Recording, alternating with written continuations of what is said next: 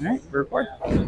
Good afternoon, everybody. We are coming to you live from Blainbrook Bowl in Blaine, Minnesota. Yep. I am Tom Corbett, and my tournament director here is Nick Hogan. This is the final match of the MSC tournament. We have Mike Week, who is our tournament leader, going against Sam Lantto, who came up from third place, just won his match against Dave Langer to get to the championship match. And Mike decided to start the match. He had the choice, Nick, of being the higher seeded choice, and he decided he wanted to start on that left lane. So he wants the ball in hand after in the 10th frame in case it comes down to that, which is, I've talked about this a lot. I would rather finish the game first than to have the I would too.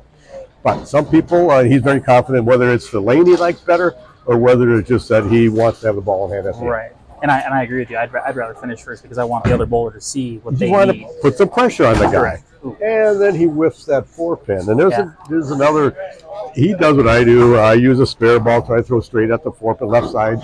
And a lot of people like to hook the ball at it. Right. Obviously he missed it, and he knows that was a mistake. He probably didn't do that much today, otherwise he would have been leading. Right. And there's a lot of oil in the middle too, so that ball might have backed up a little bit. Well, it obviously skidded to the right off his hand. Right. Sam's using his idle. When you leave a dead 10, well, he was too late to leave a dead 10 that time. But he's left a bunch of them. I shouldn't say much. He's in a championship match. Right, so he is. Yep. Let's go over. We had 58 bowlers today. 58 bowlers. And if people don't know what's going on in the MSC, it's 1 for 2 cashing in every age bracket. So the age brackets are 50 to 59, 50 to 59, 60 to 67, and then 68 and over. Correct. So we have three different the female division. Oh, then there's a female division too, right? So as long as there's 2 or more, they also cash 1 for 2. Yep. So there was 4 females bowled today. Correct. And there's a dead 10 at the 5 is still laying down right in front there. They almost rolled over and took out the 10, but yeah, we did have 4 females today. So if we would have gotten 2 more, they also get seeded into the step ladder. That was my next question. How many do you need to seed each category into the step ladder? So I believe it's 6 for the women, and I always forget the RG. I believe you have to have more than 4. I think so too. I really don't know. I can't remember. Okay. There's a lot of rules here, and some of them I have to look up multiple times. Right. Clark Polzer, who was sitting behind us over here, was the real old guy that got seated into the step ladder. He was. So he, of the 8 of us, I'm including myself because I'm one of the real old guys or whatever here. But so there's 8 real old guys, and Clark was a high. He got seated in the step ladder. Correct. So he bowled Rob Clemens in the first match. They lost 259 to 203. Yep. So what that means, wherever Clark finished, he goes back down to that spot. Correct. So if he would have won, then he would have moved up to that spot. So we can't pay out those top spots until we find out. Correct. So when he went back down to 20th place, and then like our new rule is, if Clark goes up into the step ladder, he actually, so wherever his starting position is originally, so 20th in this case, he gets those points and then adds 2 points for every win. For Bowler of the Year points. For Bowler of the Year points. Yes. So it's not just where you finish now. And ouch. Ouch is right. That's back-to-back single pin misses for Mike. Tough way to start the championship match. It is, yeah. So we talked about it before we came live here. Mike's been in the step ladder twice in his career. And he's got 2 titles. And he's got 2 titles. So he has never lost when he's got into the step ladder. Right. And Sam, who's been in the step ladder 11 different times, he's got 3 titles. Yep. But Sam has not bowled for a couple of years. If everybody knows what's going on, Sam had a lot of issues over this last year and a half. He had a complete bone marrow transplant. Right. He was in the hospital for 37 days over Christmas time. And then he came back and got out of hospital for like a month or so, and then he was in the hospital for another 30, 40 days, and he went through a lot of stuff. But he's still one of the best bowlers that we've ever seen in the state of Minnesota. Right. And for him to be out here, we re-bowled today because him, myself, Gary Green, Todd Savoy go to Costa Rica in October, so we have to make sure we get a lot of games in now. Part of the reason why he's bowling, Yep. So anyway, we just go back to where Clemens beat Clark Polzer in the first step ladder match. And then Eric Halligan, I'm not sure how many times he's made a step ladder, not too often. But it might have been his first or second time, could have been. to be honest. So he beat Rob Clemens, 235 to 215. And then David Langer who I'm surprised he's not in the final because if he bowls, he's usually in a championship match. He is. He won 3 in a row once at one point. Yeah, he did. Yeah. So he beat Eric Hogg in 216 to 177, but then Lantto beat him 204 to 200. And so essentially, nobody's run the ladder. Nobody's run the ladder. The next seed has always won their match. Well. And then Sam leaves a solid 4-5 here in the third frame here, whatever. But the veteran he is, he'll pick this up. He'll shoot for the 2-pin. That's not there, but he'll pick it up. Oh, so he goes to try to shoot it left? He will. He'll take a spare ball. Wait. Oh, no, wait. Huh? He's doing it different. I'm surprised. No. Didn't say that. No. I'm surprised. I thought he would have taken a spare ball and shot like it. He's going to hook at it. Okay. Try to go in between it. He's doing something. Well, I'm not sure what he did. I'm going to talk to him about that. So that was dumb, Sam. I do know with going back one, Eric, he said his goal today was just to make the top 10. So he was very happy with his performance. So okay. Well, Eric's one of those who bowls most of the tournaments. Yeah, almost, I think all of them. I think, exactly. I think he does. He's competitive. He's not up in the upper echelon, obviously. There's a group, every tournament organization, I started to say CBA, MSC, whatever, there's always an upper echelon that are there all the time. Yes. And then there's the rest of us that are, come here and there and want to make stuff, and we want to bowl, we want to make just keep our game going and keep all these tournament organizations, keep them alive. And you never know with the bonus pins, you might have a chance. I mean, that's the thing, You do have the upper echelon bowlers, but because of the bonus pins, you have a chance every tournament. Speaking of the bonus pins, so the way this works, this is the MSC. It's different than the CBA. So you're bowling head-to-head against somebody every game. Correct. And so if you're lead off, you bowl the lead off guy in the other pair. And if you win that match, it's 40 bonus pins. Yep. And it can be a lot. But then again, I don't know if it should be any different because it seems to work. No, I know they've floated the idea of doing just do the whole pair and go 40, 30, 20, 10 and give everybody bonus pins, even if you're the last guy. But all those ideas have been shot down just because this seems to work. It does seem to work. Right. This would go. I don't remember when John Dorick and Jim Wynn, I remember way back, kind of were starting this. And when I was running the CBA, they're asking me if they could have some sort of senior deal going with the CBA. Mm-hmm. But they weren't going to pay in with the CBA, so it couldn't have been included. Right. So they started this MSC tournament. It's been, 20 years. It's been really good. Yeah. It's over 20. Last season was the 30th season, so this is the 31st season of the MSC. Yeah. Wow. Yep. So 30th MSC. This was our 54th year of the CBA. Wow. Yeah. So. And I know they skipped for obviously COVID. I think a lot of the tournaments did skip for COVID. But there was still something going on, so they didn't. Right. Well, completely. So the MSC, what they did is they actually considered it the faux or fake tournaments. That's right. We did both, and I actually hosted those at the time. Yes, you did. Because Don and Amy preferred not to do it, so I actually came in and helped with that. Yep. I helped out too. Yes. Because we wanted to have some tournaments. Correct. You could either bowl if you didn't want to bowl. That's right. So that year did not count. They weren't official, right? Those don't go in the books as any type of winning a tournament. But in my mind, whoever won the tournament there won a tournament. They did, absolutely. They won a tournament. Yep, they did. Bowling against the same people. That is 100% true. Not as many, but it was the same guys. I'll be on record right now saying that they should count it. I think so too. And that's maybe something we can have a discussion with the board for the next season. And just count them. I mean, it was only 4 or 5 tournaments. It's all it was. But some people won. They should count it. What's the difference? Right. People chose not to bowl for whatever reason. Correct. People bowled for their reason. Yep, and I agree. I would agree with you. Let's go back after Sam picks up that 7 pin. Good job. That was he carried the 10. Match, actually. Yeah, 58 in the fourth for Mike and 67 in the fourth for Sam. So that's a 9-pin match. Even after Mike missed those 2 single pins to start the match. That's what I was going to say, yeah. So we had 58 bowlers. 58 bowlers. And what you're seeing now is, actually these guys are seeded 1 and 2. So they're bowling against each other. Right. So third we mentioned was Dave Langer. Yep. Then Eric Hoggle was 4th. Rob Clemens was 5th. Didn't quite snap out the 10 on that one. That's 6 and went around the 10 for Sam. Clark, who was in the ladder but went back down to the spot because he was seated in there because of a real old guy. We call it the silver division on here, but I like the ROG. And they just the machine won't let us put it in there for some reason. It won't take the ROG. But anyway, yep. Really? Yeah, it's That's weird. why. It's weird. Okay. So Terry McKinney from is he from Rochester? lacrosse? Oh no, that's right, lacrosse. Yeah. Yes, I'm he was sorry. 6. Very, very good bowler. Very good bowler. Johnny Holmes. Who Holmes. he's got his pro shop here and stuff. That's not fair. Little house rat. Little house rat. So he was 7. Jeff Wenzel, who was up there quite a bit during the day, ended up 8th. Todd Savoy, one of my bowling teammates, was 9th. Came all the way down from Superior to bowl. Ken Turner, 10th. He's been bowling quite a bit. I like his game a lot. He just needs to, I think, fine tune a few things. The first tournament he bowled, he made the top 5, if I remember right. Okay. So yeah, he's got a very strong ball. Yeah. And so anybody who's in this 50-year-old over MSC, if they have a strong ball, they're going to do well. Right, and he actually, I think, if I remember right, is just getting back into bowling. Okay. After kind of like he still bowled, but he wasn't really serious about it. So last year was kind of his first year back.